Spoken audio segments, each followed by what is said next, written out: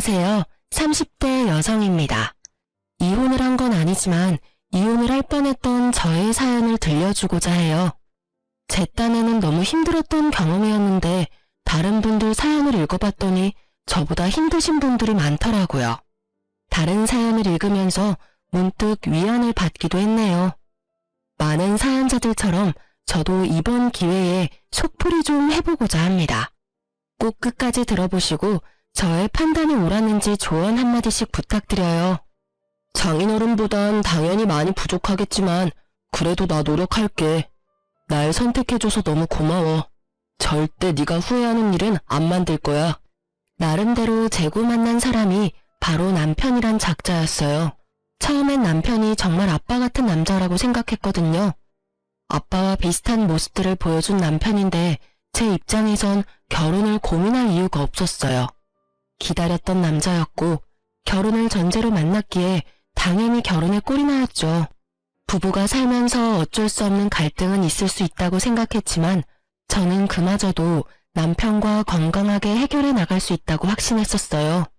결혼 생활 문제가 부부 사이에서가 아닌 전혀 다른 곳에서 터질 줄은 몰랐거든요. 네, 바로 시무 때문인데요. 물론 현재는 시무는 식구들의 눈칫밥을 먹으면서 저에게 사과하고 있습니다. 애미야, 언제까지 늙은 사람 팔자를 망칠 셈이니? 내가 잘못했다고 하잖아.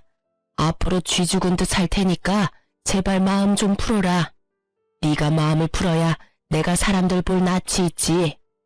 지금 사과를 하시는 거예요? 용서를 구걸하시는 거예요? 용서는 해줄 사람 마음 아니에요? 왜 멋대로 용서를 해달라고 저러는지 모르겠네요. 이처럼 사실 현재도 해결된 게 아니라 휴전 중이라고 할 수 있어요.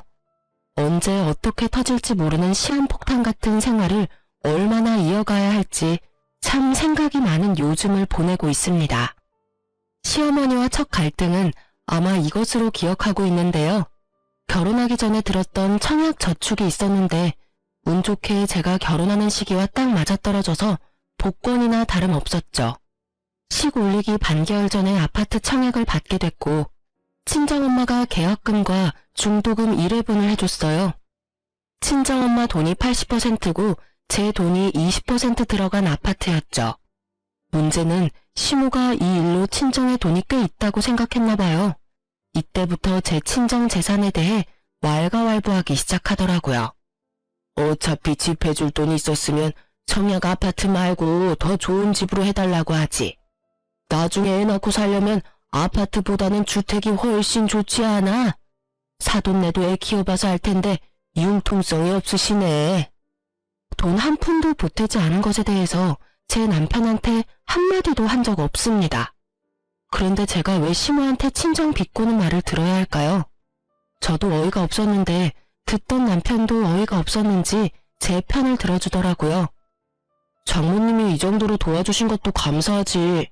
엄마는 무례하게 왜 희원이 앞에서 말을 그렇게 해? 희원아, 엄마 말엔 신경 안 써도 돼. 나중에 내가 장인어른 장모님께 따로 연락해서 감사 인사는 꼭 할게. 고마워. 남편이 중간에서 저와 시무가 싸우지 않도록 제법 잘해주었습니다. 그래서 저도 우스갯소리로 그러려니 하고 넘길 수 있었죠. 왜 그런 말 있잖아요. 개소리엔 무시가 답이다 라는 말이요. 그렇지만 제 썩은 표정까지는 숨기지 못했네요. 솔직히 무시하더라도 기분이 나쁜 건 어쩔 수가 없잖아요. 조금이라도 눈치가 있는 사람이라면 선을 지키며 말해야 되는데 그마저도 시모에 대한 너무 큰 기대였던 거죠. 제가 아무 말 안 하고 있으니까 시모는 그저 제가 바보인 줄 알았나 봐요. 날이 갈수록 시모의 돈 욕심이 활개를 치더라고요. 그땐 신혼집에 입주하고 일주일 정도 지났을 겁니다. 제가 회사에 있을 때 시모에게 전화가 와서 받았는데요. 역시나 무례한 제안을 하시더군요. 예, 오늘 내 친구들 한 10대 명 정도 니들 집으로 불렀거든? 새 아파트 입주를 했으면 집들이를 해야지. 네? 그게 무슨 말씀이세요? 저희 집에요? 어머님, 당일에 갑자기 이러시면 곤란하죠. 저도 제 일정이 있잖아요.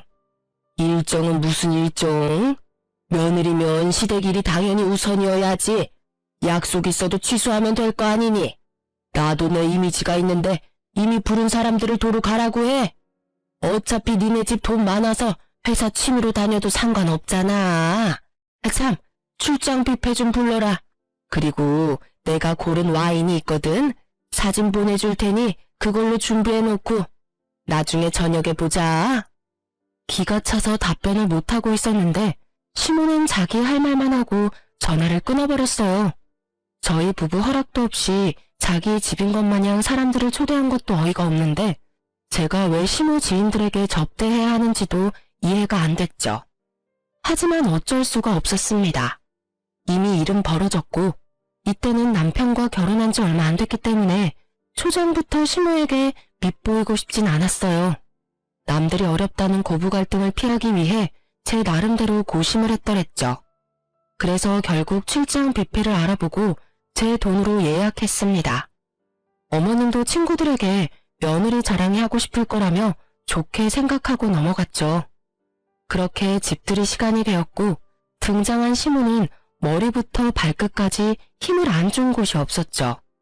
솔직히 고작 집들이 하러 집에 오면서 뭐 그렇게 요란을 피우나 싶더라고요. 아무튼 하필 남편은 오늘 야근이라고 늦게 온다고 해서 제가 시모의 응석을 다 받아주어야 했어요. 그래, 내가 시키는 대로 다 준비했지? 내 친구들이 워낙 깐깐해서 대충 준비하면 다 눈치챈다고. 네가 내 며느리로 제격인지 아닌지 테스트 받는다고 생각해라. 오늘 하는 거 봐서 점수 잘 주든가 말든가 할게. 그깟 점수 안 받으면 그만이었기에 혹하지도 않았습니다. 그럼에도 저는 내내 하면서 우선 맞춰줬어요. 그렇게 얼마 후 사람들이 들이닥치고 집안이 시끌시끌해졌습니다. 사람은 끼리끼리 만난다는 말 많이 들어보셨죠? 그 명언을 직접 확인했지 뭐예요. 시모 지인들은 어쩜 하나같이 다들 시모랑 비슷한 성격인지 모르겠더군요. 남의 집인데도 불구하고 거리낌이 없더라고요.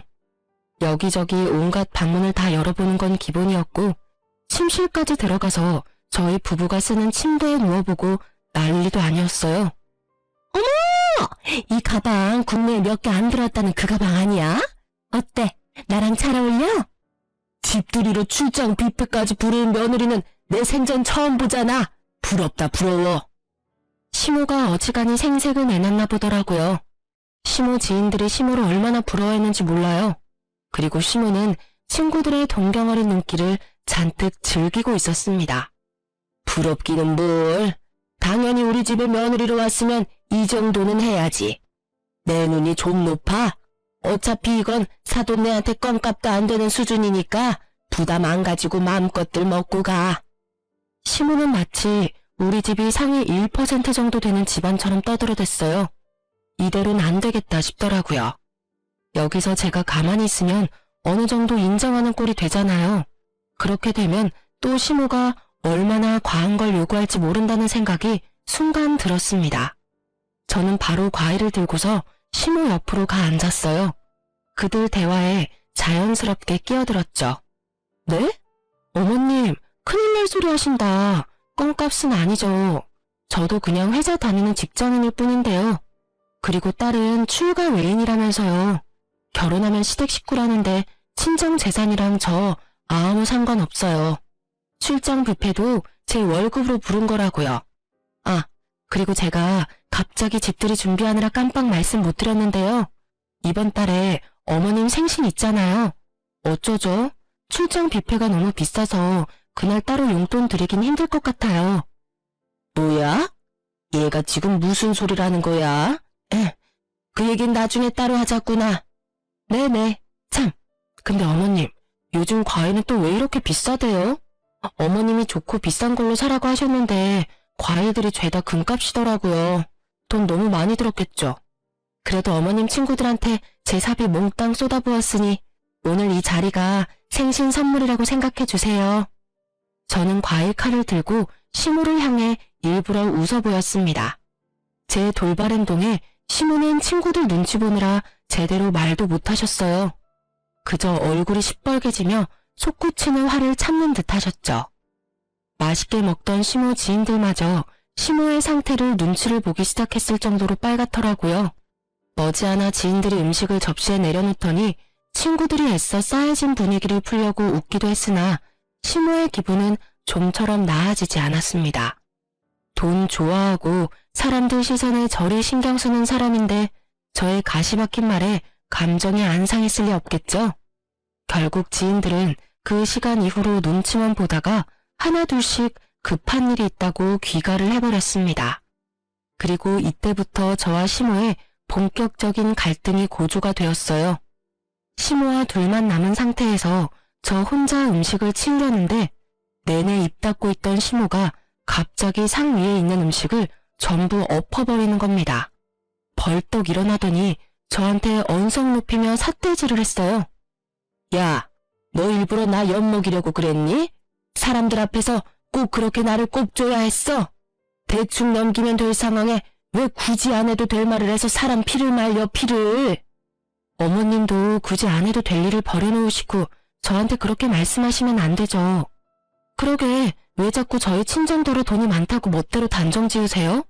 저희 친정이 돈이 많든 적든 어머님이랑 관련 없는 일이에요, 제발. 그런 소리는 그만해 주셨으면 좋겠어요. 맞는 소리잖아. 내가 이런 소리까지 새파랗게 어린 네 눈치 보면서 해야 하니? 내 나이가 몇인데? 그리고 사돈재산 자랑 좀 하면 어때서? 내가 너희 집을 뭐 가난하다 욕을 했어? 칭찬에 줘도 난리야. 설마 우리한테 돈 쓰려니까 아까워서 그러니?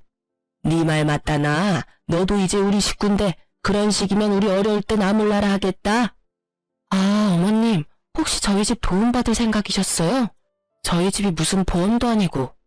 어머님 사정 어려워지는데 왜 저희 친정을 끌어들이세요? 저는 친정 부모님 돈 받아서 어머님께 드릴 생각은 애초부터 없어요. 혼자 김칫국 좀 그만 마시세요. 저 지금 확실하게 제 의사 전달하고 있어요. 저 어머님이랑 다투기 싫으니까 적당히 해주세요. 시모는 본인 생각대로 일이 되지 않자 성질만 부리더니 곧 가방을 챙겨 시댁으로 가버렸어요. 엎어진 음식을 치우는 건 제 몫이었지만 그래도 솔직하게 속 얘기를 할 수 있어서 좋았네요. 이 정도로 얘기했으니 시모도 알아먹었을 거라 생각했습니다. 일부러 남편에겐 알리지 않았어요. 한 번 정도의 사고는 실수로 여기고 넘어가고 싶었거든요. 물론 두 번째부터는 참지 않을 생각이었습니다. 그렇게 시간이 좀 지나고 시모는 또 무슨 짓을 하려고 그러는지 집들이 후로 한 3개월은 조용하게 지내셨어요. 저는 좋았지만 묘하게 불안한 감이 계속 마음을 돌긴 했죠. 그러던 어느 날 작은 이모가 뇌출혈로 쓰러졌다는 소식이 들려왔던 시기였어요. 소식을 듣자마자 남편과 함께 헐레벌떡 달려갔습니다.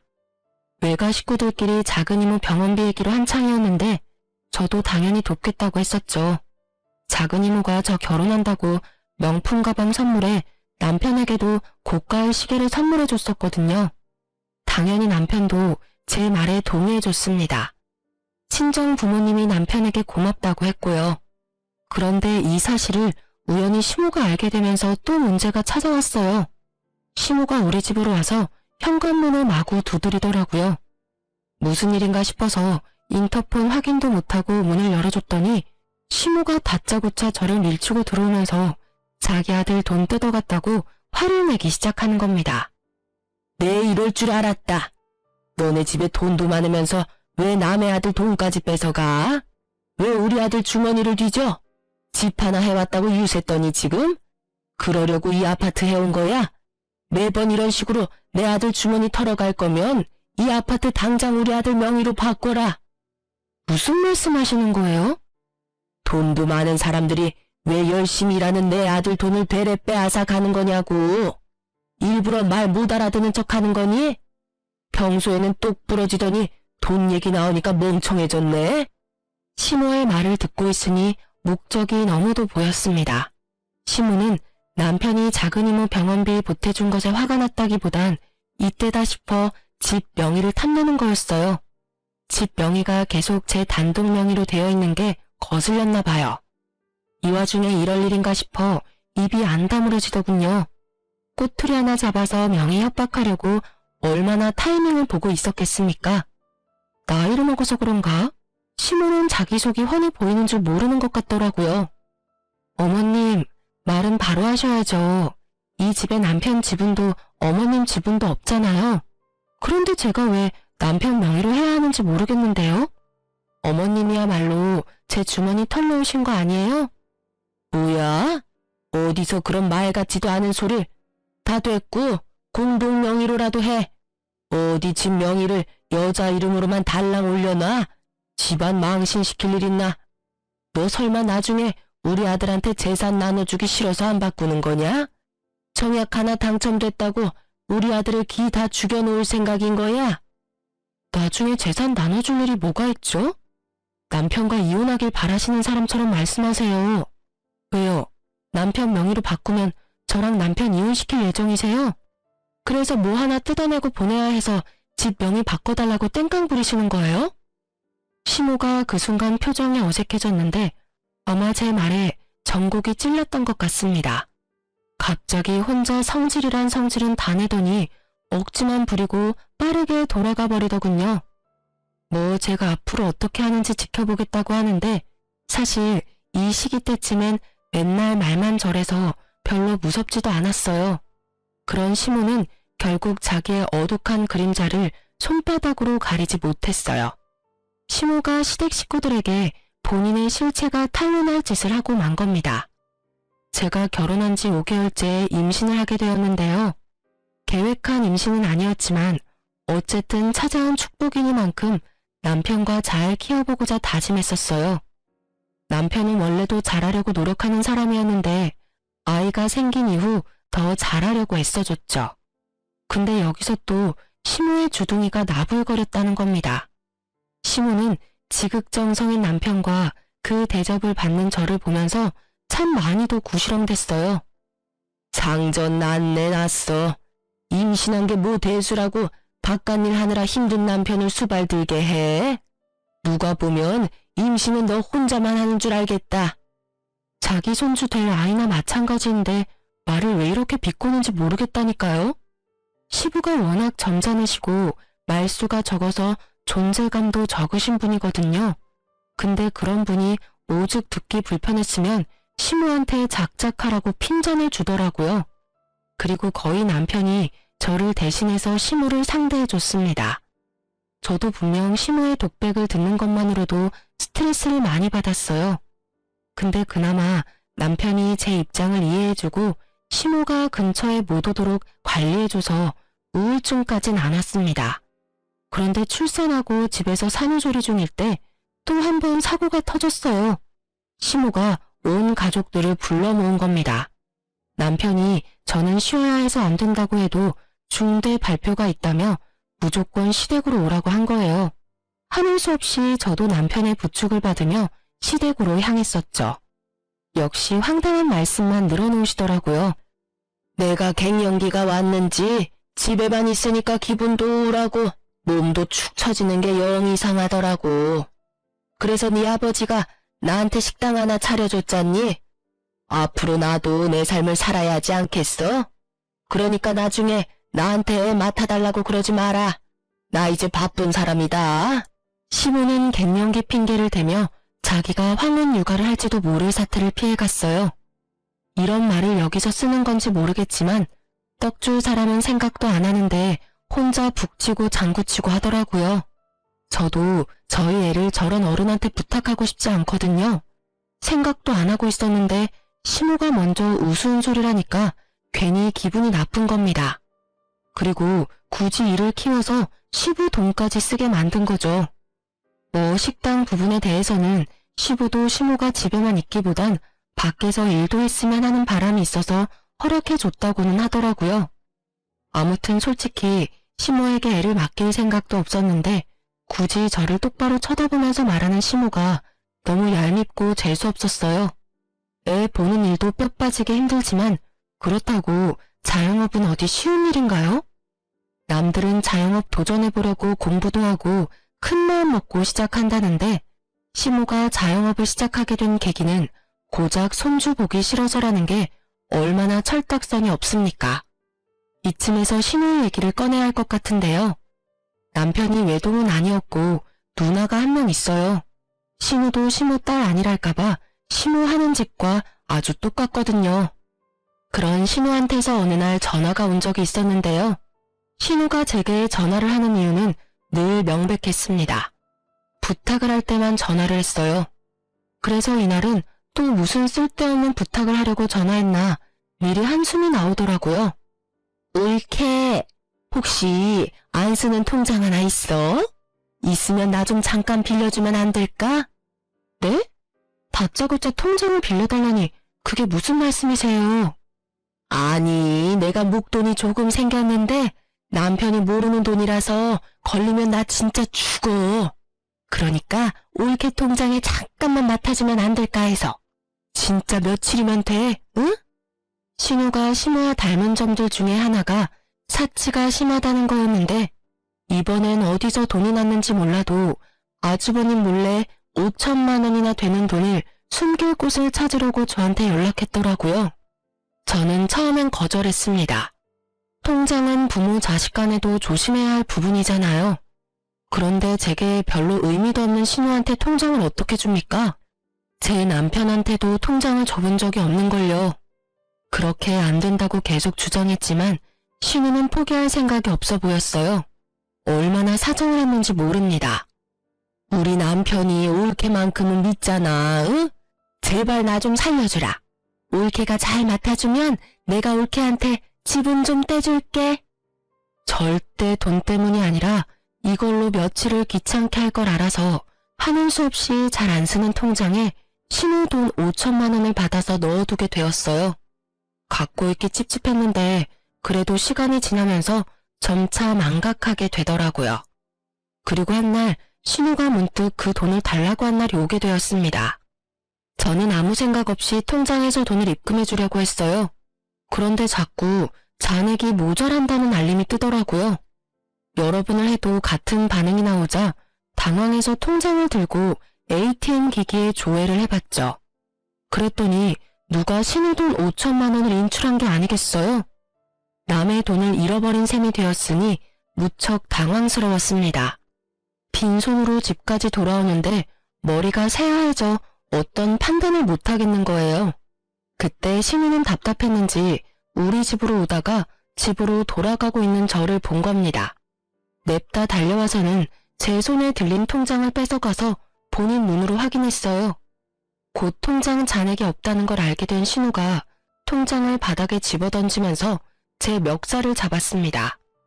너 뭐야? 미쳤어? 이 돈이 어떤 돈인데? 내 돈 어쨌어? 내 돈 5천만 원 어디로 빼돌렸냐고? 저 아니에요. 저도 모르는 사실이라고요. 형님이 저한테 돈 맡겼을 때부터 전 그 돈에 손도 댄 적 없어요. 대체 어떻게 된 건지 지금 저도 엄청 혼란스럽거든요. 생각 좀 해보게 소리 좀 지르지 마세요. 이 미친년이 남의 돈 잃어버려놓고 뻔뻔하게 소리치네. 야, 장난해? 그럼 이 돈이 지금 제 발로 도망가기라도 했다는 거야? 야, 이 사기꾼아. 안 되겠다. 그냥 경찰서로 가. 경찰 앞에 가서도 그따구로 말할 수 있나 보자고. 이런다고 사라진 돈 돌아오는 거 아니라고요. 저도 답답해서 경찰서에 신고하고 싶네요. 신우랑 저는 각자 다른 기분으로 답답함을 호소하며 길 한복판에서 실랑이를 벌였습니다. 졸지에 사람들의 이목을 확 끌고 말았어요. 그때쯤에 제 전화가 울렸는데요. 신우한테 온 전화였습니다. 저는 저를 자꾸 잡고 흔드는 신우를 밀치고서 신우 전화를 받았어요. 신우도 신우인 줄 알고 잠깐 저를 내버려 두더라고요. 아무튼 이래나 저래나 이 상황이 이해가지 않는 건 저 또한 마찬가지라서 뭐든 하고 싶었습니다. 저도 왜 그랬는지 모르겠는데 신우 전화를 바로 스피커로 돌렸어요. 그리고는 신우에게 조용히 하라는 제스처를 취했죠. 예, 넌 내가 돈 달라고 할 때는 돈 없다고 그러더니 통장에 5천만 원이나 있더라. 그 돈 내가 좀 썼다. 식당에 수리할 게 있어서 썼으니까 좋은 일에 썼다고 생각해라. 괜히 돈 없어져서 경찰에 신고 안 해 만에 헛소리 할까봐 미리 말하는 거야. 가족한테 들어가는 돈이니 안 아깝지? 신우가 그 상황에 전화를 해줘서 얼마나 고마웠는지 모릅니다. 유일하게 시모의 존재가 제게 희망이 되었던 순간이었어요. 시모의 그 통화로 인해 저는 더 이상 신우에게 해명할 필요도 없었고 남의 돈 때문에 심장 철렁할 기분도 빨리 거둘 수 있었거든요. 대신 신우는 더 난리가 났죠. 범인이 제가 아니라는 당황스러움과 자기 엄마에 대한 분노가 겸해졌을 거예요. 놀란 신우가 제 핸드폰을 뺏어가더니 핸드폰에 대고 다급한 소리를 내더라고요. 엄마, 5천만 원 엄마가 가져갔어? 엄마가 그 돈을 왜 가져가? 엄마, 진짜 올케 통장에서 훔친 거야? 그 돈 올케 돈 아니란 말이야. 그거 내 돈이라고. 엄마 미쳤어? 그게 어떤 돈인데 그걸 홀라당 가져가서 써. 당장 내놔. 내 돈 내놔. 통화를 하던 신우는 돈을 잃었다는 생각 때문인지 급기야 울부짖기까지 했습니다. 저한테는 조잘조잘 말도 많던 신우는 한참 동안 말이 없다가 갑자기 전화를 끊어버렸어요. 그와 동시에 신우의 이성도 같이 끊어졌죠. 신우가 당장 시댁으로 쫓아가라는 걸 제가 붙잡았더니 신우가 밀치더라고요. 손길에서 분노가 느껴졌습니다. 저는 그런 신우 뒤를 급하게 따라갔어요. 뭔가 큰일이 날 것 같았거든요. 모녀 사이 싸움 구경도 하고 싶었고요. 시댁 아파트로 들어서고 엘리베이터를 내리자마자 복도를 쩌렁쩌렁 울리는 고함 소리가 마중해주더군요. 내 돈 내놓으라고. 엄마가 도둑이야? 왜 남의 돈을 허락도 없이 훔쳐가? 이년이 엄마한테 감히 큰 소리를 내? 누구 돈이든 엄마가 남도 아니고 좀 쓸 수도 있지 뭘 그래. 빨리 내 5천만 원 갖고 와. 안 갖고 오면 엄마고 뭐고 없어. 안 봐도 시댁에서 난리가 난 소리였어요. 혹시 사람이 다치기라도 할까봐 저는 얼른 안으로 들어갔죠. 시모는 신우를 피해서 소파 뒤에 숨어서 벌벌 떨고 있고 시모는 저를 보자마자 제 뒤로 달려왔습니다. 신우가 프라이팬을 들고 시모를 쫓아다니면서 협박하고 있었어요. 시모가 저를 붙잡고 숨으니까 신우가 저한테까지 비키라고 소리 지르더라고요. 졸지에 시모랑 신우가 저를 사이에 두고 대치 상태가 되어버렸습니다. 그 순간 신우가 자기 분에 못 이겨서 아무나 맞으라는 듯 프라이팬을 휘둘렀어요. 놀란 저는 저도 모르게 허리를 숙이고 말았는데요. 그러자 그 프라이팬이 바로 시모의 뺨을 강타한 겁니다. 시모의 비명이 찢기듯 퍼지면서 시모가 그대로 발라당 넘어졌어요. 이러다 사람 한 명 잡을까 싶어서 일단 저는 신우를 끌어안고 말렸습니다. 안 그러면 신우가 자빠진 시모한테 돌진해 몇 대 더 두들길 것 같았거든요. 그렇게 한참이나 시간이 흐른 후에야 겨우 진정되어 셋이 마주보고 앉아있을 수 있었어요. 물론 서로에게 고함을 지르는 건 마찬가지였지만요. 내 돈 어디다가 다 썼냐고. 엄마, 진짜 나랑 경찰서까지 가야 입을 열 거야? 나도 빌린 돈이라고. 나 진짜 그 돈 없으면 죽어. 엄마는 엄마 딸이 죽어야 돈 어디 썼는지 말할래? 아, 아니다. 경찰서 가면 네 아버지가 날 집에서 내쫓을 텐데. 너야말로 엄마가 아무것도 없이 네 아버지 손에 쫓겨나는 걸 원하는 거야? 어머님, 그냥 돈 어디 썼는지 얘기하세요. 어머님이 잘못하신 건 맞잖아요. 내가 어디 내 딸 돈인 줄 알았겠어? 넌 왜 네 통장에 남의 돈을 넣어놓고 난리야? 남 탓하지 말고 엄마 행동 거지나 똑바로 해. 자식 돈 도둑질하는 부모가 세상에 어딨어? 신우의 성화에 못 이긴 시모는 결국 저와 신우의 눈치를 보다가 고개를 숙이셨어요. 저보다는 신우한테 하는 사과였습니다. 시모가 신우 앞에 냅다 무릎 꿇고 신우 손을 잡으면서 용서를 빌더라고요. 윤지야, 내가 미안하다. 나는 며느리 제 돈인 줄 알고 친구들이랑 잠깐 술 먹는데 썼어. 식당은 장사도 안 되지. 식당 접으면 늙어서 손주나 보고 있어야 할 것 같고. 나도 내 나름 고충이 많아서 스트레스 좀 풀까 싶은 찰나에 얘 통장에 돈이 있길래. 말 같지도 않은 변명인 거 알지? 시모가 울랑말랑하는 얼굴로 얘기하는 걸 들어보니 통장의 존재가 시모 눈에 들어가게 된 이유를 알 수 있었습니다. 시모가 지난날 남편에게 반찬을 가져왔다며 집 비밀번호를 물어본 적이 있었어요. 그때 시모가 우리 집을 뒤져서 제 통장을 보게 된 것 같았습니다. 당연히 제가 조회를 해놨었기 때문에 숫자가 찍혀 있었어요. 아마 시무가 통장에 찍힌 5천만 원을 보자마자 훔치기로 마음먹은 듯했죠. 근데 그 큰 돈을 한 번에 날렸다는 사실이 정말 기가 막혔어요. 시무가 그 돈을 다 인출해서는 집들이 때 왔던 지인들과 도박을 하고 유흥하는 데 전부 날렸다고 하더라고요. 그 돈이 어떤 돈인데 엄마가 아줌마들이랑 개처럼 논다고 쓴 걸 내가 이해해줘야 돼? 엄마 얘기 좀 들어봐. 엄마도 우리 딸 돈인데 당연히 바로 돌려주고 싶지. 그런데 내 손에 없다고. 나한테 그런 큰 돈이 어디 있겠어? 시모는 식당 관리도 제대로 못하고 놀기만 해서 적자였어요. 오히려 돈이 있는 게 아니라 빚 때문에 한 푼이 아까운 사정이었죠. 그건 시부도 모른다고 하시더군요. 결국 답답하고 분했던 시모는 시모의 말을 끝까지 듣지 못하고 그대로 쓰러졌습니다. 그 모습에 저도 놀랐지만 시모도 많이 놀라셨어요. 우선 제가 할 수 있는 일은 119를 부르는 거였어요. 그리고 시부에게 이 사실을 알렸죠. 시부는 딸바보라서 신우를 참 아끼는 분이셨는데요. 신우가 병원에 있다는 말에 바로 달려오신 거예요. 대체 이게 무슨 일이냐? 왜 내 딸이 쓰러져? 어디 몸이 안 좋은 거래? 이 와중에 시무 하는 짓이 진짜 철부지 그 자체였는데요. 시부가 제게 상황을 묻는데 시무가 절대 말하지 말라고 시부 뒤에서 난리 부르스를 추는 겁니다. 저보고 어쩌라고요? 모든 상황은 시무로부터 비롯되었고 시무를 언급하지 않고는 상황을 설명할 수 없잖아요. 그래서 저는 더 큰 사고를 막기 위해 시부에게 사실을 전부 밝혔어요. 제가 사실을 말하는 동안 시무가 사색이 되어갔는데 그 와중에도 저한테 따가운 눈초리를 엄청 보내더라고요. 별다른 방책도 없으신 분이 무작정 자기 탓만 피하려고 발악하는 게 참 어른답지 못해 보여서 웃겼네요.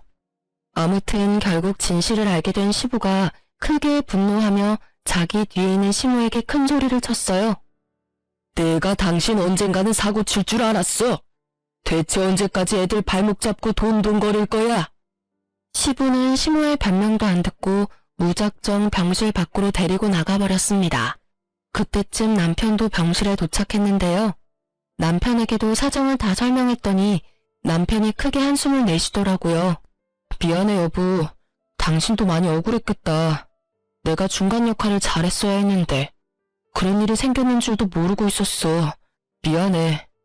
당신 잘못 아니야. 당신 엄마가 잘못한 거지. 그래서 말인데 나 당신 엄마가 계속 이런 식이면 스트레스 받아서 못 살아. 더는 어머님 얼굴 안 보고 싶어. 내가 말을 안 했다 뿐이지 소갈이 엄청나게 했거든? 솔직히 지금 진심으로 이혼 생각까지 하고 있어. 뭐? 안 돼. 이혼이라니. 내가 잘할게. 다신 엄마가 당신 주변 얼씬도 못하게 할게. 제발 이혼 생각은 하지 마. 당신처럼 마음 좋은 사람이 본인 엄마를 내칠 수가 있겠어? 나 솔직히 이대로면 당신도 못 믿게 될까봐 겁나. 나만 믿어. 내가 따끔하게 엄마한테 말할게. 나한테 첫 번째 가족은 당신이랑 우리 아기야. 엄마라는 이유로 엄마가 내 가정에 손대는 거 나도 못 참아. 한 번만 기회 주라. 내가 다신 같은 일 없게 할게. 지금이라도 당장 가서 말할까? 오늘부로 당신 앞에 나타나지 말라고. 기다려봐. 말하고 올게. 남편이 어지간히 이혼하기 싫구나 라는 생각을 이날 처음 했습니다. 수도분한 사람이라서 자기 부모를 배척하는 일은 못할 줄 알았거든요. 남편은 정말로 병실을 뛰쳐나갔어요. 나가면서 어딘가로 전화를 거는 것 같았는데 아무래도 시부나 시모였겠죠. 아무튼 다행히 시부가 시모 대신 신우에게 5천만 원을 갚아줘서 아주버님과 시모 관계는 무사할 수 있었습니다. 그리고 시모가 도박과 유흥을 즐기고 다니면서 식당이 망한 걸 알게 된 시부는 바로 식당을 팔아버렸어요. 시모가 정신 차릴 때까지 집에 못 들어오게 하겠다며 시모를 집 밖으로 내쫓기까지 했답니다. 남편도 시모한테 단단히 말했대요. 자기를 이렇게까지 잘 살게 해주는 사람은 엄마가 아니라 아내인 저라고. 자기 결혼 생활에 더는 참견하지 말고 시부 말처럼 정신 차리라고 말이죠. 또 식구들 앞에 떳떳할 때 돌아오라고 그 자리에서 연을 끊어버렸다네요. 그리고 신우는 이번 일로 호되게 당해서 그런지 명품 가방을 다 팔았더라고요. 허튼 곳에 썼던 그 돈을 자기 자식들을 위해서 쓰기로 했다면서 적금으로 다 때려 넣었다고 합니다. 또 의외로 신우가 저한테 따로 전화해서 사과까지 했는데요. 올케, 그동안 미안했어. 내가 몇 살 더 먹은 언니로서 참 부끄러운 짓 많이 했던 것 같아. 앞으로는 그런 일 없을 거야. 그리고 나 그동안 민망해서 말 못했는데 올케한테 배운 거 많아.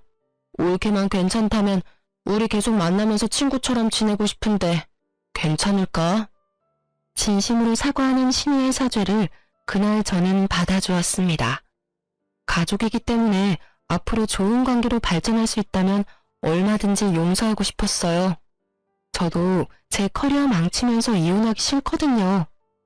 아무튼 그렇게 다들 시무를 내치고 저를 가족으로 받아주었습니다.